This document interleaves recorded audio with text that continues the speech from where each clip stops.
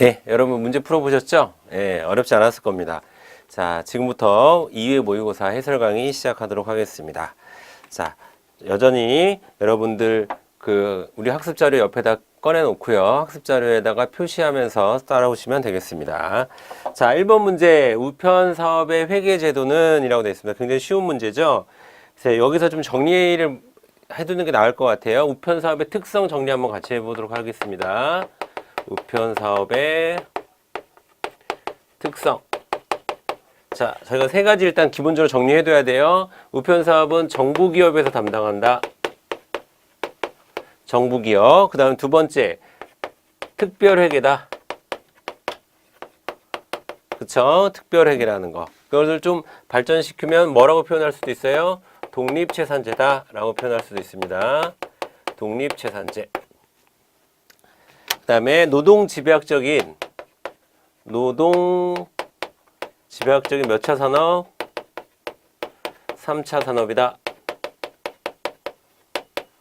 이게 우편 사업의 기본적인 특성으로 여러분이 정리를 해두시면 되는 겁니다. 특히 여기서 문제는 지금 여기서 나온 거죠. 특별회계에서 나왔고, 이것은 독립채산제를 의미한다는 거고, 이건 뭐냐면 주머니를 따로 갖고 있다는 거예요. 주머니가 따로 있다는 겁니다. 자, 1번. 그래서 우편 사업의 회계 제도는 간단하게 뭐겠어요? 2번이 되는 거죠. 그쵸? 특별회계가 되는 겁니다.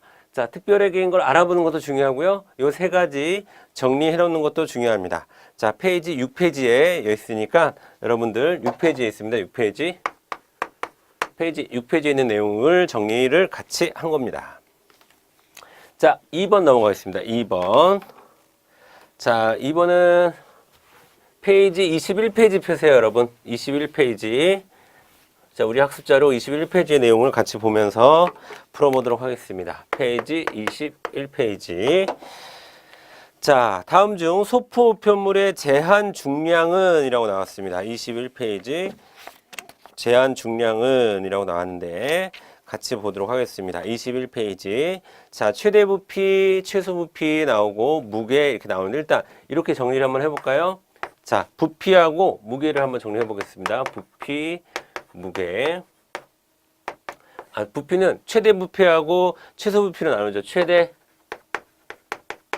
자, 최대 부피는 가로, 세로 다 합쳐서 가로, 세로, 높이 이 세 개를 다 합쳐서 160이고요. 160cm.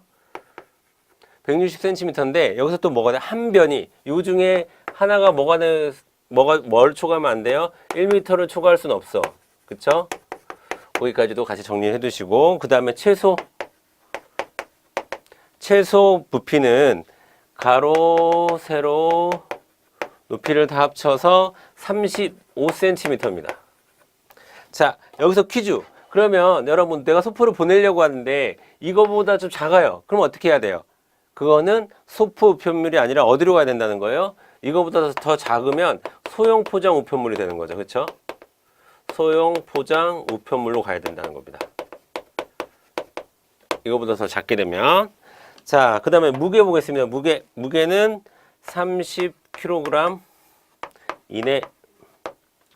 30kg 이내입니다. 그래서 통상 우편물 중에서요, 국내 특급도 30kg예요. 그래서 우리가 제한을 하면 대부분 뭐가 나온다? 30kg이 나온다 라고 말씀을 드렸어요. 그래서 2번 정답은 당연히 3번 되겠습니다. 자, 3번이라는 것을 바로 찍으면 굉장히 쉬운 건데 어쨌든 이거 같이 한번 정리해 두세요. 소포 우편물의 부피, 최대, 최소 요 숫자들 잘 정리해 두시고, 그 다음 무게는 몇 킬로그램이다? 30kg이다. 그래서 요게 문제와 돼서 나온 문제입니다. 자, 다음 2번 넘어가도록 할 텐데요. 2번은요. 3번 넘어가도록 하겠습니다. 3번은 국내 우편 요금에 대한 거예요. 요금에. 페이지 34페이지부터 38페이지의 내용을 가지고 문제를 만든 겁니다. 국내 우편의 요금.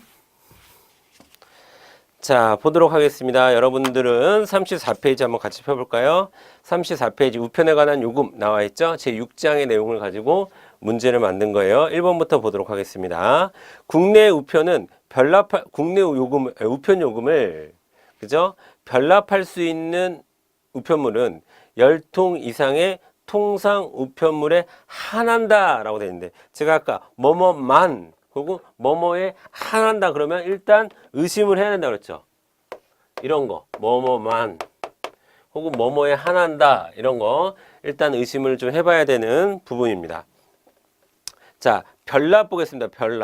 별납은요 통상 우편물이 아니라 뭐도 돼요? 통상도 되고 소포도 됩니다.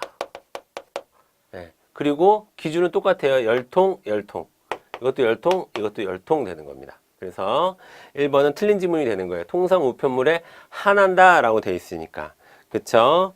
자, 별납이라는 것은 기본적인 조건이 또 알아야 되죠. 동일이니 그 다음에 동일 우편물을 동시에 보낼 때 이용할 수 있는 요금제도입니다. 별납 이런 거 챙겨두시기 바라고요. 동일이니 동일 우체국에서 이렇게 정리하는 게 나을 것 같아요. 동일 우체국에서 동시에 무언가를 보낼 때 별납 처리를 할 수 있는 겁니다. 그 다음에 2번 문제 보겠습니다. 요금 수취인 부담 우편물의 발송 유효기간은 이용일로부터 1년을 초과할 수 없다라고 했는데, 자, 1년을 초과할 수 없다. 이 부분이 틀린 거죠. 왜? 뭐라고 나왔기 때문에 2년 이내에서 계약으로 정할 수 있다 라고 나와 있죠. 한번 찾아볼까요? 이거는 요금 수취인 우편물 35페이지 나왔네요. 35페이지에 나와 있고, 자, 36페이지로 넘겨보세요, 여러분. 36페이지로 넘겨보면 취급 조건 나오죠. 취급 조건에서 나에 해당하는 뭐, 제가 기출 표시 해놓으라고 분명히 말씀드렸을 거예요. 나에 해당하는 부분 한번 읽어보겠습니다. 발송 유효기간은 2년 이내에 배달 우체국장과 이용자와의 계약으로 정한다 라고 나왔죠. 2년 이내입니다. 2년 이내에. 그러니까 1년을 초과할 수 없다. 틀린 지문이 되는 거죠. 3번 보도록 하겠습니다. 국가 또는 지방자치단체에서 발송하는 우편물은 발송 우체국장이 혼합 조건을 따로 정할 수 있다 라고 되어 있는데, 바로 그 밑에 지금 제가 읽은 거 바로 그 밑에 해당하는 거죠. 단 국가기관, 지방자치단체 또는 공공기관에 있어서는 발송 유효기간을 제한하지 아니할 수 있다라는 얘기는, 자, 제한하지 아니할 수 있다는 얘기는 뭐예요? 따로 정할 수 있다라는 얘기죠. 예, 답은 3번 되겠습니다. 3번. 네, 옳은 거 찾는 거니까 3번 보는 걸로. 그 다음에 4번이 또 어디가 틀렸는지 한번 볼까요? 자, 우편관세의 과실로 인하여 과다 징수한 우편 요금에 반환 청구 기간. 이건 반환 청구 기간에 대한 문제네요. 반환 청구 기간은, 자, 우편물을 납부한 날로부터 30일이다 라고 하는데 60일이죠. 60일. 자, 그러니까 숫자가 중요한 겁니다, 여러분. 숫자는 계속 바꿔낼 수 있으니까 같이 확인해 볼게요. 자, 보도록 하겠습니다. 38페이지 상단에 있는 표 보시면 돼요. 38페이지 상단에 있는 표 보시면 돼요. 자, 여러분 한번 정리를 그럼 같이 해볼까요? 일단 첫 번째, 과다징수였을 반환 요구, 과다징수였을 때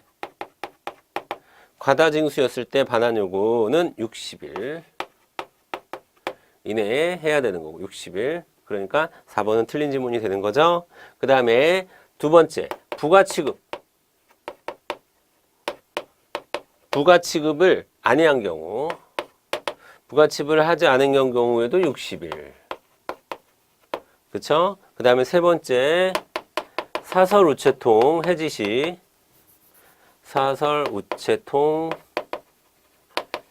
시, 이때는 반환 청구를 언제 해야 돼요? 해지한 날로부터 30일. 해지한 날로부터 30일. 그 다음에 마지막으로 발송이 완료되지 않았을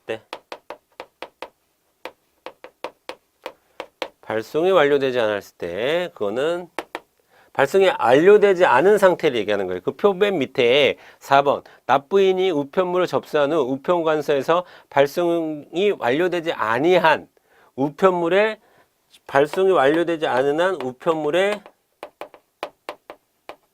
취소일 경우 그건 언제 해야 됩니까? 바로 접수 당일날 하면 되는 거예요. 이거는 왜? 아직 우체국에 있으니까 바로 하면 되잖아요. 바로 돌려달라고 할 수 있잖아요. 그렇죠? 바로 돌려줘야 되는 겁니다. 자, 이렇게 네 가지 그 38페이지에 있는 38페이지 상단에 있는 표 꼭 정리해 주시기 바래요. 과다징수일 때 60일이 되는 겁니다. 자, 그 다음에 4번 넘어가도록 하겠습니다. 4번은 일반 소포와 등기 소포를 구분하는 문제인데요. 일반 소포와 등기 소포의 차이점을 설명한 것이다. 바르지 않은 걸 찾는 거네요. 그렇죠? 바르지 않은 거. 자, 요거는요, 여러분, 페이지 17페이지 펴보세요. 페이지 17페이지에 보면은, 17페이지 하단에 보면 등기 소포와 일반 소포의 차이가 표로 정리되어 있죠. 그 표로 문제를 구성을 한 겁니다. 페이지 17페이지. 페이지 보시면 되겠습니다. 자, 1번부터 볼게요. 일반 소포는 기록하지 않으나 등기 소포는 접수에서 배달까지의 송달 과정을 기록 취급한다라는 겁니다. 자, 여러분, 이거는 너무 쉬운 문제예요. 왜? 등기라는 것 자체가 뜻이 뭐예요? 기록하여 취급한다는 거예요. 뜻 자체가 기록 취급입니다. 뜻 자체가. 그러니까 등기 소포는 당연히 기록하여 취급하는 게 맞죠. 기록하여 취급하는 게 등기 소포의 원래 뜻이에요. 원래 뜻. 그러니까 어렵지 않았고 2번 등기 소포는 망실, 훼손, 지연 배달 시에 손해배상 청구가 가능한 데 반해 일반 소포는 지연 배달 시에만 손해배상 청구가 청구가 가능하다 이렇게 되어 있는데 자, 여러분 등기 소포냐 일반 소포의 가장 큰 차이는요. 손해배상을 할 수 있고 없고의 문제입니다. 그러니까 일반 소포는 지연 배달 시에만 손해배상 청구가 가능한 게 아니라 지연 배달 시에도 무조건 안 되는 거예요. 손해배상은. 다 안 됩니다. 다 안 돼. 다 안 됩니다. 손해배상은 다 안 돼요. 그래서 중요한 것을 등기로 하는 거예요. 손해배상이라도 받으려고. 나중에 그다음에 뭐 반송료 환급 서비스라든가 여러 가지 이런 것들은 등기가 돼야 할 수 있는 겁니다. 등기가 돼야 할 수 있는 겁니다. 그래서 2번도 틀리게 된 거고요. 자, 2번도 틀리게 된 거가 아니라 2번이 답이겠네요. 옳지 않은 걸 찾는 거니까, 바르지 않는 걸 찾는 거니까 2번이 정답이 되겠습니다. 2번이. 그러면 3번 보도록 할까요? 3번. 자, 등기 소포는 반송 시 반송 수수료를 징수하지만 일반 소포는 반송 수수료를 징수하지 않는다. 맞습니다. 자, 반송 수수료도 차이가 나죠. 그 다음에 손해배상에서 차이가 나고, 그 다음에 반송 수수료에서 차이가 나고, 그 다음에 4번. 등기 소포는 부가 특수 서비스 취급이 가능하나 일반 소포는 부가 특수 서비스 취급이 불가능하다. 맞습니다. 자, 정리해 보겠습니다. 그래서 등기 소포와 일반 소포의 가장 큰 차이점이 크게 세 가지가 나온 거죠. 지금 손해배상. 손해배상은 뭐는 되고 뭐는 안 되고가 아니라 그냥 안 되는 거예요. 아시겠죠? 일반 소포는 안 되고 등기 소포는 되고 이렇게 되고 안 되고로 구분해야지 이렇게 함정을 판다고 해서 당하시면 안 됩니다. 자, 손해배상에서 차이가 나고요. 두 번째 반송 수수료. 그 다음에 세 번째 부가 특수 서비스. 자, 요 세 가지 측면에서 차이가 난다라는 것입니다. 자, 그 다음에 5번 넘어가도록 하겠습니다. 5번. 자, 5번은요, 여러분, 우편엽서의 규격 요건에 대한 문제인데요. 우편엽서의 규격 요건에 대한 문제인데, 자, 5번을 보면, 5번은 페이지 15페이지를 여러분 한번 펴보세요. 페이지 15페이지. 자, 보면은 거기에, 나번. 맨 위에 있는 표, 우정사업본부에서 발행하는 우편열쇠 규격 요건 나오죠? 그 표에 있는 내용을 가지고 시험 문제를 낸 거겠죠. 자, 1번 보도록 하겠습니다. 종이, 수입인지 등을 완전히 밀착하여 붙인 경우나 점자 기록은 허용된다 라고 되어 있는데, 원래는 표면이 원래는 튀어나옴이 없어야 되지만 종이, 수입인지 등을 완전히 밀착하여 붙인 경우나 점자 기록은 허용된다. 이게 이제 원래 문장인 거죠. 그쵸? 원래 문장인 겁니다. 자, 여러분들은 그 표에서 15페이지에 있는 표에서 6번에 표면과 내용물 있죠? 거기에 두 번째 줄을 지금 이야기하는 거예요. 특정 부분이 튀어나옴, 눌러찍기, 돋아내기, 구멍 뚫기 등이 없이 균일해야 돼. 하지만 당구장 표시 있죠? 종이, 수입인지 등을 완전히 밀착하여 붙인 경우나 점자 기록은 허용된다 라고 하는 거니까 이것도 1번은 맞는 질문이 될 것이고요. 그쵸? 그 다음에 2번 보도록 하겠습니다. 문자나 도안을 표시하는 경우 전체 면적의 20% 범위를 넘지 않는 정도에 하나요, 발광물질을 사용할 수 있다라고 되어 있는데, 발광물질 안 되죠. 그 바로 위에 있죠. 문자나 도안 표시에 세 가지 안 됩니다. 그쵸? 발광물질 안 돼요. 그 다음에 형광 안 돼요. 그죠? 형광 안 되고 인광 안 됩니다. 인광물질도 안 돼요. 이 세 가지 광자 안 된다. 그러니까 정답은 여기 사용할 수 있다로 되어 있기 때문에 2번으로 가셔야 되는 거고, 3번 보겠습니다. 3번은 맞는 질문이 되겠죠. 우편물에 구멍을 뚫거나 눌러찍기를 할 수 없다. 자, 그 표에 다 내용 나와 있는 거예요.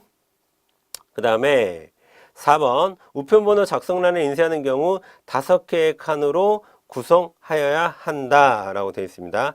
5개의 칸으로 구성해야 한다. 맞죠? 바뀐 것으로 5개의 칸으로 구성해야 된다라는 거 보시면 되겠습니다. 자, 그러면서 좀 몇 가지 그 표에 있는 것이 중요한 거, 우편번호 기록 있죠? 거기 5자리 우편번호를 사용한다는 거 하고, 그 다음에 수취인 우편번호 여백 규정이 있죠? 여백 규정만 좀 정리를 좀 해볼게요. 그건 여러분들이 꼭 이건 시험 문제 다른 방식으로도 나올 수 있고 또 나왔던 문제이기 때문에 지금 여백에 대한 것만 좀 보도록 하겠습니다. 첫 번째, 상하 좌우에 그쵸? 상하 좌우에 얼마? 4mm 이상의 여백이 있어야 되고, 이게 첫 번째고요. 두 번째, 기계 처리를 위한 공간 박, 그쵸? 기계 처리를 위한 공간 박, 그리고 밖에 또 주소 성명 등의 기재사항 아래쪽, 주소 성명 기재사항 아래쪽에 위치한다 라고 보시면 되고요. 그 다음에 지금 봤던 5개의 칸으로 구성한다. 이 세 가지 포인트를, 출전 포인트를 정리해 주시기 바랍니다. 우편번호 작성란과 관련해서요. 자, 요거는 2번에 해당하는 거고요. 요거는 4번에 해당하는 것을 제가 또 시험 문제 나오기 때문에 이렇게 다시 따로 정리를 해봤습니다. 그 다음에 6번으로 넘어갔습니다. 6번. 자, 6번은 여러분 68페이지하고 69페이지를 보시면 되는데, 이제 국제우편으로 넘어간 거예요. 자, 68페이지, 69페이지 보겠습니다. 페이지 68, 69. 자, 보겠습니다. 자, 다음에서 국제 특급 우편, 즉 EMS로 보낼 수 있는 물품은 이라고 되어 있는데요. 자, 우리가 보낼 수 있는 거, 보낼 수 없는 거 구분했었죠? 자, 보도록 하겠습니다. 68페이지 하단에 보낼 수 있는 물품이 나오네요. 업무용, 상업용 서류, 컴퓨터 데이터. 2번 상품 견본, 마그네틱 테이프, 마이크로필름 상품. 자, 이렇게 있는 걸 외우셔도 되고 없는 걸 외우셔도 되겠죠. 지금 여기서 가장 기본적으로 저 같으면 없는 걸 찾을 거예요. 일단 화폐류 안 되거든요. 화폐류 안 되고 다른 색으로 쓸게요. 화폐류 안 되고, 화폐류 안 되니까 요거 안 되는 거죠. 송구만 안 되는 거고, 그 다음에 귀중품 안 됩니다. 자, 안 되는 거는 여기 69페이지에 있어요. 보세요. 기준품 안 돼요. 그러면 금도 안 되는 거고. 그러니까 답은 몇 번이겠어요? 3번이 되겠네요. 아니, 답은 2번이 되겠네요. 2번. 이 두 개 안 되니까 2번이 되겠습니다. 자, 이렇게 보셔도 되고, 아니면 마그네틱 테이프, 마이크로필름, 상품 견본이 되는 거구나 라고 보셔도 되고, 상업용 서류까지 보셔도 되는 걸 보셔도 되고, 안 되는 걸 빼도 되고, 어쨌든 구분은 반드시 돼야 된다. 그러니까 68페이지, 69페이지 보낼 수 있는 물품, 없는 물품 꼭 정리를 해 두시길 바라겠습니다. 그 다음에 7번 넘어갈게요. 7번. 자, 다음 중 항공서관에서 사제 항공서관의 조제 기준으로 맞는 것만 고른 것은 이라고 되어 있는데요. 자, 요거는요, 한번 보도록 하겠습니다. 항공서관. 자, 최대 규격이 110에서 220이죠. 110에서 220. 허용 오차가 2mm. 그러니까 요거는 맞는 거고요. 자, 요거 맞는 거고. 그 다음에 니은번 최소 규격도 90에서 140, 허용 오차 2mm. 맞아요. 이것도 맞는 거고. 그 다음에 세 번째, 가로와 세로의 비율. 가로는 세로의 1.4배죠. 이게 틀렸죠? 1.4배. 여러분 숫자 중요해요. 숫자 포인트 잘 정리해 두시고요. 중량은 5g이네. 이것도 맞는 거고요. 이미 답 나왔겠네요. 기억, 니은, 리을. 답은 3번이 되겠습니다. 그렇죠? 자, 그 다음에 바탕은 연청색, 전면 가장자리는 에이, 녹색 및 흑색이 아니라 청색 및 적색이죠. 그래서 제가 수업 시간에 이거 그림도 여러분들한테 그려드렸던 기억이 나는데요. 그죠? 이렇게 있으면 가장자리에 이렇게 돼 있는 거. 이렇게 돼 있다. 이렇게 청색, 적색, 청색, 적색, 청색, 적색, 청색, 적색, 청색, 적색 이렇게 돼 있는 거. 이런 것들이 항공서관의 특징이다 라고 얘기 드린 바 있습니다. 그죠?